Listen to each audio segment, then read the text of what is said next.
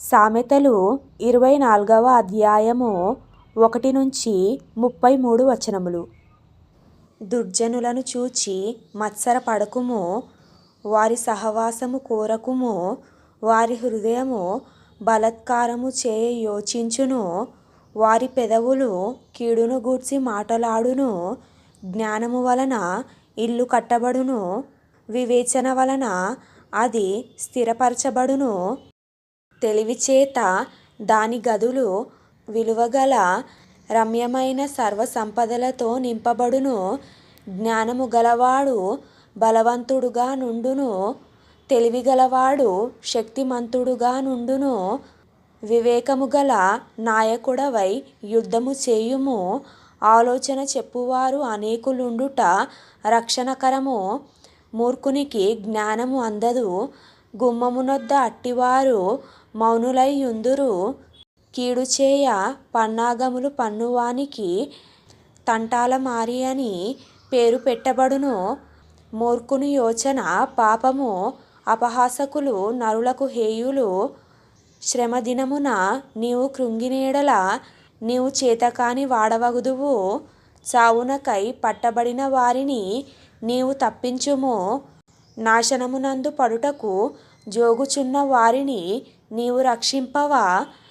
ఈ సంగతి మాకు తెలియదని నీవనుకొనిన యెడల హృదయములను శోధించువాడు నీ మాటను గ్రహించును గదా. నిన్ను కనిపెట్టువాడు దానినెరుగును గదా. నరులకు వారి వారి పనులను బట్టి ఆయన ప్రతీకారము చేయును గదా. నా కుమారుడా, తేనె త్రాగుము, అది రుచిగలది గదా. తేనె పట్టు తినుము, అది నీ నాలుకకు తీపియే గదా. నీ ఆత్మకు జ్ఞానము అట్టిదని తెలిసికొనుము, అది నీకు దొరికిన యెడల ముందుకు నీకు మంచి గతి కలుగును. నీ ఆశ భంగము కానేరదు. భక్తిహీనుడా, నీతిమంతుని నివాసమునొద్ద పొంచి ఉండకుము, వాని విశ్రమ స్థలమును పాడు చేయకుము. నీతిమంతుడు 7 మారులు పడినను తిరిగి లేచును, ఆపత్కాలమునందు భక్తిహీనులు కూలుదురు. నీ శత్రువు పడినప్పుడు సంతోషింపకుము, వాడు తొట్రిల్లినప్పుడు నీవు మనస్సున నుల్లసింపకుము. యెహోవా అది చూచి అసహ్యించుకొని వాని మీద నుండి తన కోపము త్రిప్పుకొనునేమో. దుర్మార్గులను చూచి నీవు వ్యసన పడకుము, భక్తిహీనుల యెడల మత్సర పడకుము. దుర్జనునికి ముందుగతి లేదు, భక్తిహీనుల దీపము ఆరిపోవును. నా కుమారుడా, యెహోవాను గణపరచుము, రాజును గణపరచుము. అలాగు చేయని వారి జోలికి పోకుము, అట్టివారికి ఆపద హఠాత్తుగా తటాస్థించును. వారి కాలము ఎప్పుడు ముగియునో ఎవరికి తెలియును? ఇవియు జ్ఞానులు చెప్పిన సామెతలే. న్యాయము తీర్చుటలో పక్షపాతము చూపుట ధర్మము కాదు.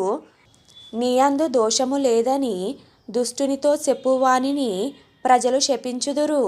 జనులు అట్టివాని యందు అసహ్యపడుదురు. న్యాయముగా తీర్పు తీర్చువారికి మేలు కలుగును, క్షేమకరమైన దీవెన అట్టివారి మీదికి వచ్చును. సరి అయిన మాటలతో ప్రత్యుత్తరమిచ్చుట పెదవులతో ముద్దు పెట్టుకొనినట్లుండును.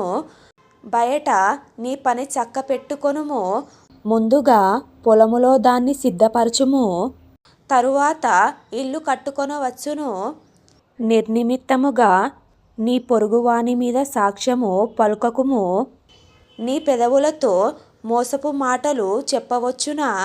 వాడు నాకు చేసినట్లు వానికి చేసేదను, వాని క్రియ చొప్పున వానికి ప్రతిఫలమిచ్చేదననుకొనకుము.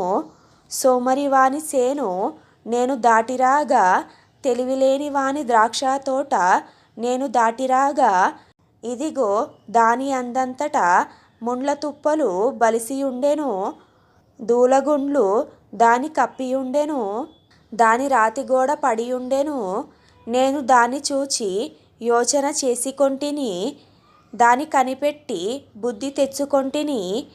ఇంక కొంచెము నిద్ర, ఇంక కొంచెము కునికిపాటు, పారుండుటకై ఇంక కొంచెము చేతులు ముడుచుకొనుట, వీటి వలన నీకు దరిద్రత పరుగెత్తి వచ్చును, ఆయుధస్తుడు వచ్చినట్లు లేమి నీ మీదికి వచ్చును.